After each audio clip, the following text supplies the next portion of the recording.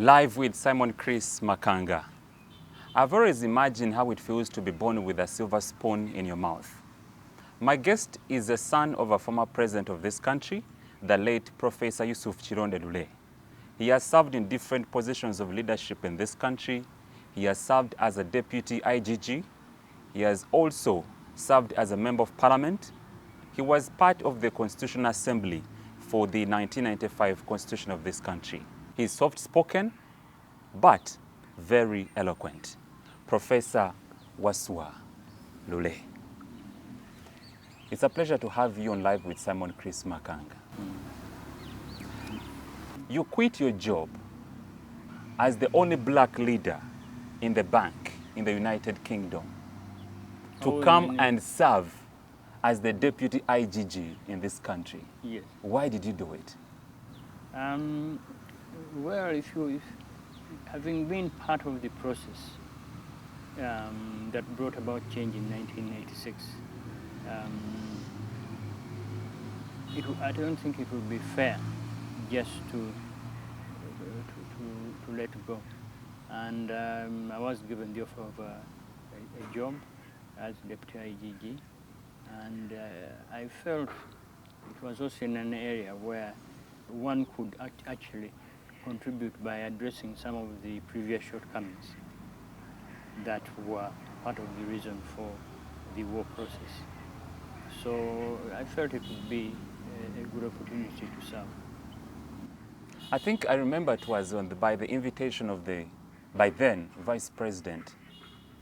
No, it was the invitation of the President, but it was delivered by the Vice President, Dr. Sanctions.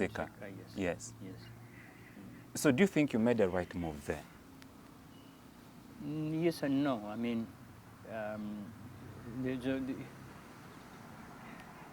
I've contributed to the development of my country, and I think that is positive. It wasn't the most paying job, so economically, there's little gain. But otherwise, one does feel some good if they take such an opportunity. What are some of the factors you based on to say that, man, this is a good job, let me go and do it?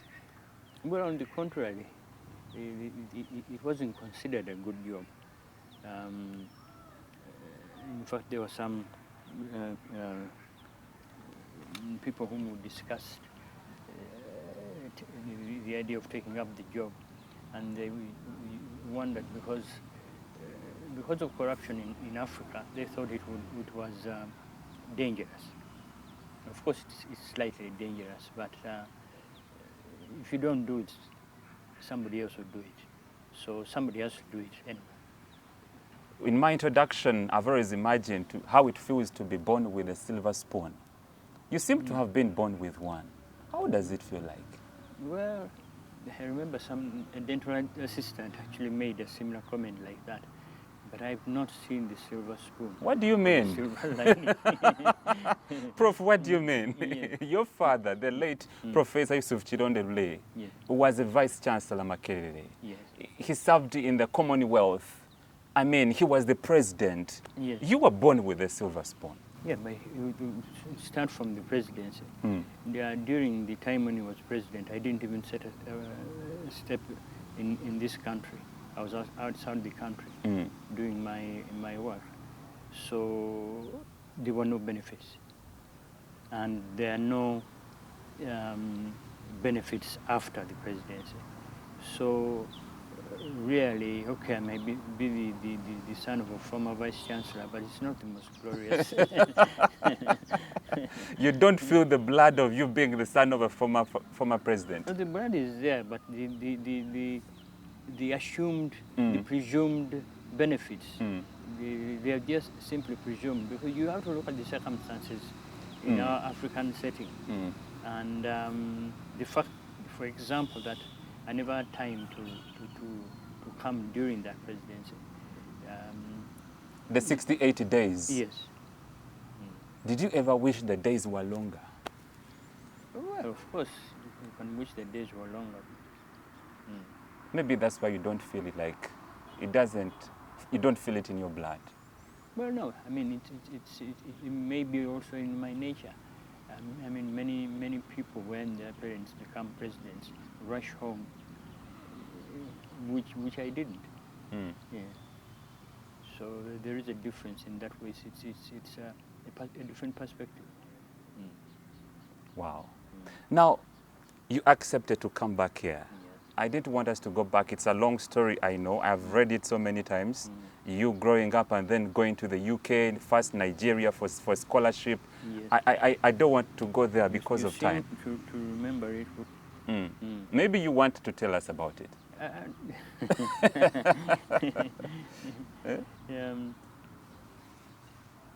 Now, in what respect? That's my working history. I start after my graduation. I came back to Uganda, and after coming back to Uganda, I joined a company called Gill & Johnson. They were chartered accountants, and I worked with them for a while. And then in 1972, I left for the UK to continue. I was doing my professional studies at the same time. And I left for the UK during the time of the expulsion of Asians. And I worked in Deloitte's UK branch, London branch. So I worked there for quite some time. Later on, I left Deloitte and joined Philips, the electronics company. I worked there as a management auditor. And after that, I joined Lloyd's Bank. And it was while I was with Lloyd's Bank that this job offer came. So when you talk of the silver spoon, it's, I worked my way up into those ranks. There were no strings pulled or anything like that. So when you talk of a silver spoon, that's why I say.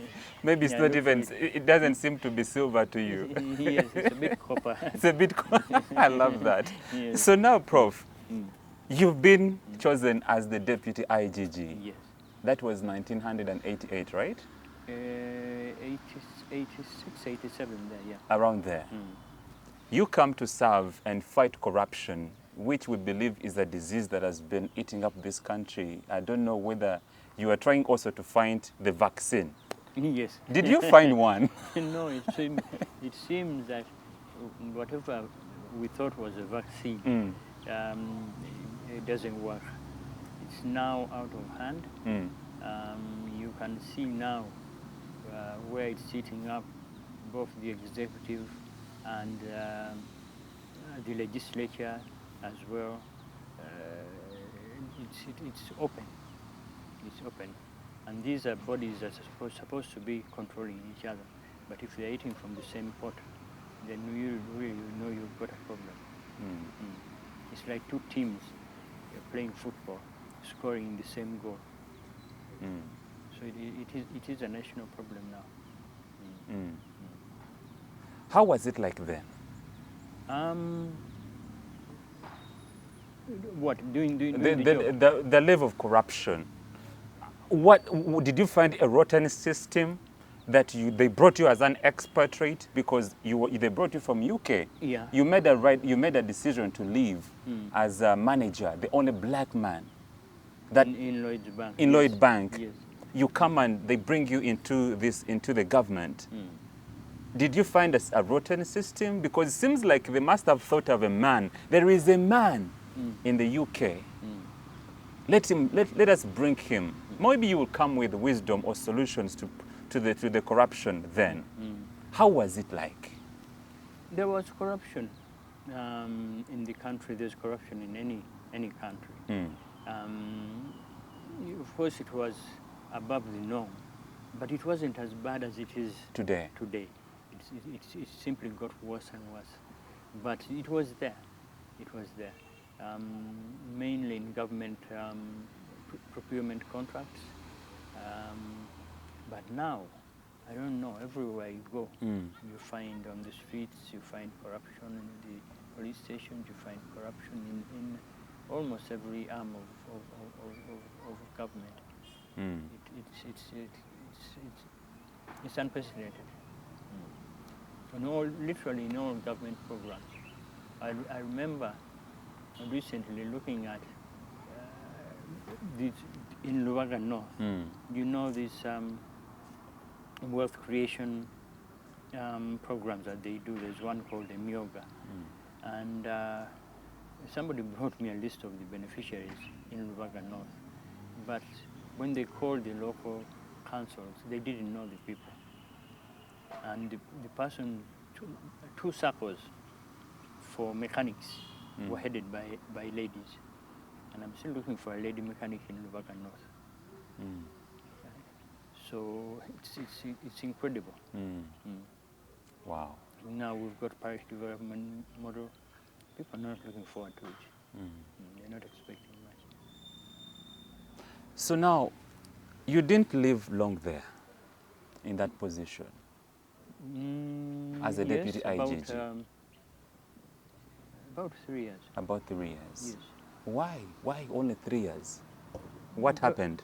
Well, I was relieved of my job at the end of it. Just relieved? Yes. Meaning you still had the guts to serve? Oh, I still had the guts to serve. What happened? I really don't know, because the letter of disappointment didn't specify. It just said, stipulated that I was relieved of my duties. Just like that? Just like that. Were you contented with it? Yes. Contented in what way? Like you're serving and then a letter comes and they tell you you're relieved of your job duties. Yeah, meaning go back home. If according to your terms of reference you can be disappointed in that way, then anytime you can expect it if you're in public office. Yeah. And it happens. What were your contributions, the remarkable ones? Oh, I won't go into specific cases, but remember, it was not only corruption, it was also human rights. And I think my biggest contribution was more in human rights than even in corruption. Yeah. The biggest problems at that time, which is also continuing now, is detentions without trial, confinement of people in non-designated places of confinement. I think those are the major human rights abuses that occur, because my mandate was to look into the activity of government. Right? So those are the biggest human rights abuses in the country. Now, do you feel your neighbor served that much? Because it's just like a kilometer away from where Honorable Betty Kamya stays. That's why I'm calling her your neighbor. She is a neighbor.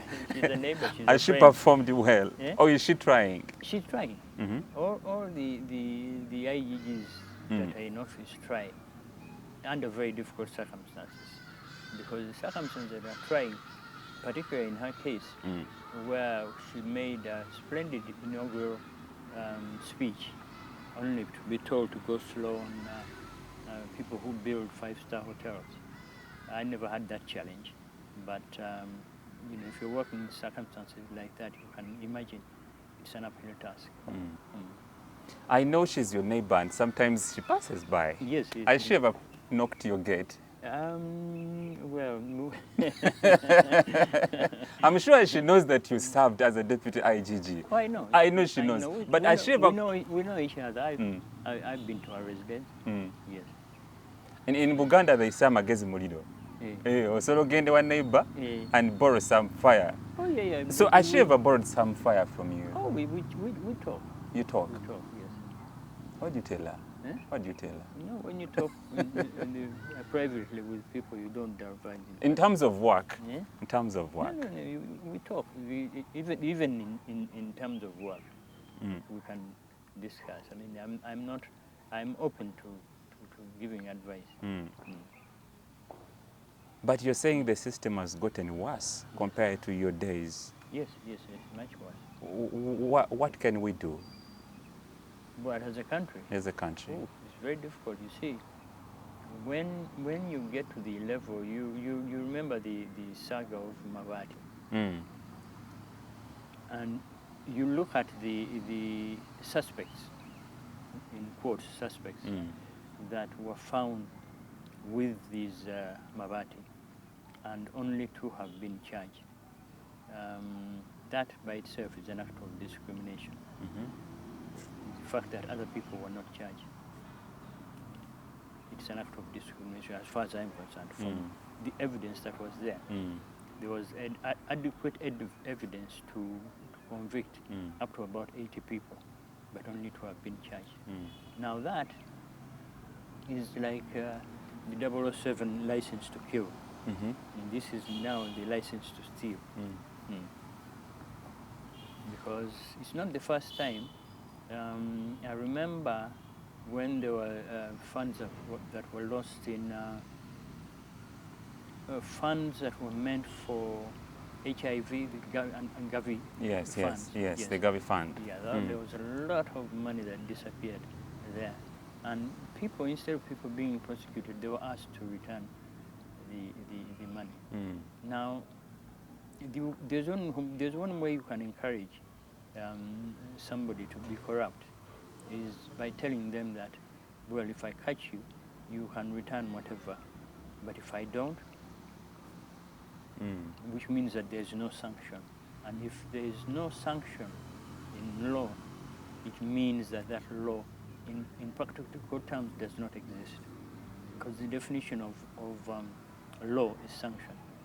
You can pass anything in Parliament, like we did actually as members of Parliament, when it came to declaration of assets. The first time when we passed the so-called law, they put in no sanctions. And I laughed. And I told my friends in Parliament, I mean, what have you guys been doing?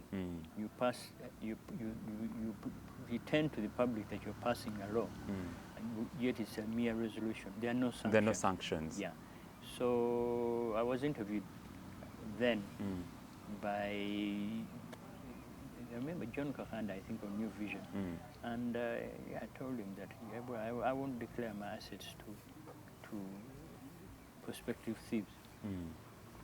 And nobody did anything because there was no sanction in the law. So, you know. I think that explains why you were part and parcel of the Constitutional Assembly for the 1995 Constitution. When you look at the amendments which have been made, what comes into your mind? To the Constitution? Well, it really, you see, because in constitutions, it should stand the test of time. And at the test of time, okay, we've been around for some 30-something years. That's a long time. But from 95, it's less than 20 years. That constitution is less than 20 years old. So it's not really long enough to say that it's been tested, to remove some major provisions, like the term limits, like the age limit. Those are the major areas. Now you're seeing an affront on the right to property, laws relating to land.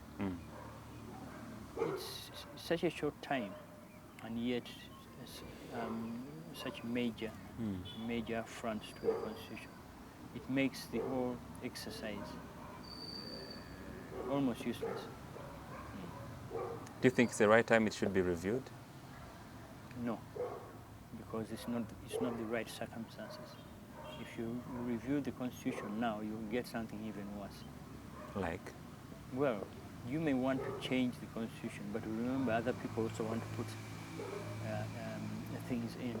And if I'm telling you that there are issues like property rights, that you can feel that there's a move to make changes to them, then you don't really want to open it up so that those changes can go.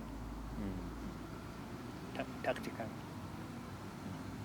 Prof, you know, I really want to pick your mind on so many things, especially in regards to the leadership of this country, the governance, different aspects. Yes. You have served as a member of parliament, IGG. When you come back home, okay, you're always here. You watch news on the TV. Yes, I do. Yes, I'm sure you do. Prof, do you feel like you still have a contribution? Yes, I do. I do. And that's why when you come to interview me, I accept the interviews. Otherwise, I would have retired from public life. First of all, there's a demand for my ideas, and I also feel that there's a room to make a contribution. Is that enough? Just me coming here for an interview? Is that contribution enough? Or you think a recommendation in one of the positions of leadership in this country would make a lot more sense? What do you mean by that? Going back to public In a nutshell, are you retired and tired? I'm certainly not tired. I'm retired because of by circumstances. Yes. And you feel underutilized? Yeah, of course. Of course, I'm underutilized. Now, you also served as a member of parliament in the 6th parliament. Most people who were following what was happening in the country then, anyone would say that the 6th parliament has always been the best parliament. That's true. It's been a reference point in many discussions. Yes. And I don't know why, but it's that 6th parliament, not the 7th, not the 8th, but the 6th. The 6th. What was so unique about it? The makeup, the independence of the members. Despite, remember, it was a movement system, and but people were, the members were fairly independent. There are some who were partisan, but largely they were fairly independent, and the debates were lively. And what do you make of today? There are a few members who are making contribution, but they are rarely tested. It's a heavy job. You find the leader of opposition operating in very difficult circumstances. First of all, the people leading their characters are so different that they have to keep balancing the books. Then the parties themselves, they are split. There are even the issues of corruption that you talk about. You hear things of dirty money. So leading even an opposition in such circumstances is really trying, and it's not an easy job. Would you subject yourself to any confirmation that probably we are stuck in a quagmire and probably we even don't know how to get out of it? Oh, we're stuck in a quagmire, but like anybody who's in quicksand, you fight to try and save yourself. The quicksand might be pulling you down, but you still fight until you actually sink. Are we fighting? Yes. And the public out there is fighting. Shall we ever get out? Oh, there's always hope. There's always hope. Even in the worst ever situation, there's always hope. If you go to, where was this leader, Pol Pot, where he murdered, I think, 13 million of his subjects. There was a change eventually. So even in the worst circumstances, there's still always hope. Wow. Why do you have a white afro? Why have you kept your hair like that? The problem is, what God gave you is what He gave you. So that's what God gave me, and to first of all, being a politician, it's also important to be able to stand out. Now, there are not very many mobs like this in this country. You can actually count them on your finger. So that aspect is also important. That's the reason as to why. It's one of the reasons. Mm-hmm. But remember, it's also a sign of wisdom. And that brings me to understand, Prof. Many people of your age, I don't know how old you are, but you could be now in the 70s. Could be. I'm right? Could be. Could be, yes. Or thereabouts. So, Prof, believe you me, 30 years from now, God forbid, many of you in that generation may not be around. That's true. Or let's say 40 years. We will be the ones in charge of leadership. I'm talking about my generation. Yes. When you envision Uganda, what do you see? You see, if I look at Uganda through the window of today, that is not a very good picture. But remember, I told you that there is always hope. So if you think positively, eventually you'll get some good coming to this country. I still have hope. Prof, I'm not satisfied by your answer. I'm not convinced. Since I came to fetch some wisdom, I really need some good wisdom. You're being like, if you tell me like, being you go, you will have some hope. I have hope that you'll be okay. I don't feel convinced. you're being you're being like me. I was on a program last weekend, and somebody was trying to convince me of something. And they spoke very eloquently, and they thought that they had convinced me. At the end of it, his submission, I said, I'm still not convinced. Just laugh. And that is me, honestly speaking. If I came to sit under your feet to fetch some wisdom and go share with the world, I am not convinced. I can assure you, in 5 years' time, even less than that, you will come here and you say, I told you so. Yeah. I can have no objection to that, but and I'll tell you, I told you, and I'll be remembering. I have no objection to that. Yeah. Wow. So now, you see a lot that is happening in this country, especially here in the capital city. I don't know how often you move out, but I was supposed to be here, I think 2 hours ago. But it took me about 5 or 4 hours to get to you from Namugongo. The first thing is, you must have been counting the potholes. That's true. That's the first thing that you notice when you move from here to the center of town and beyond. And there are some natural lakes, quite a few natural lakes.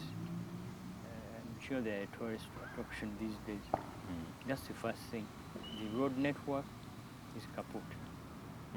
So if you add now the weather changes, because the level at which it's raining, I'm very suspicious, because this weather change has come about within the last five years, I think. Before that, we didn't have the extremes of weather. We're having floods and then extreme heat. Now, not very many people say it, but I think, especially with some of these wars we're having in Europe and wherever, they must be spraying some doom into the atmosphere that is affecting the weather.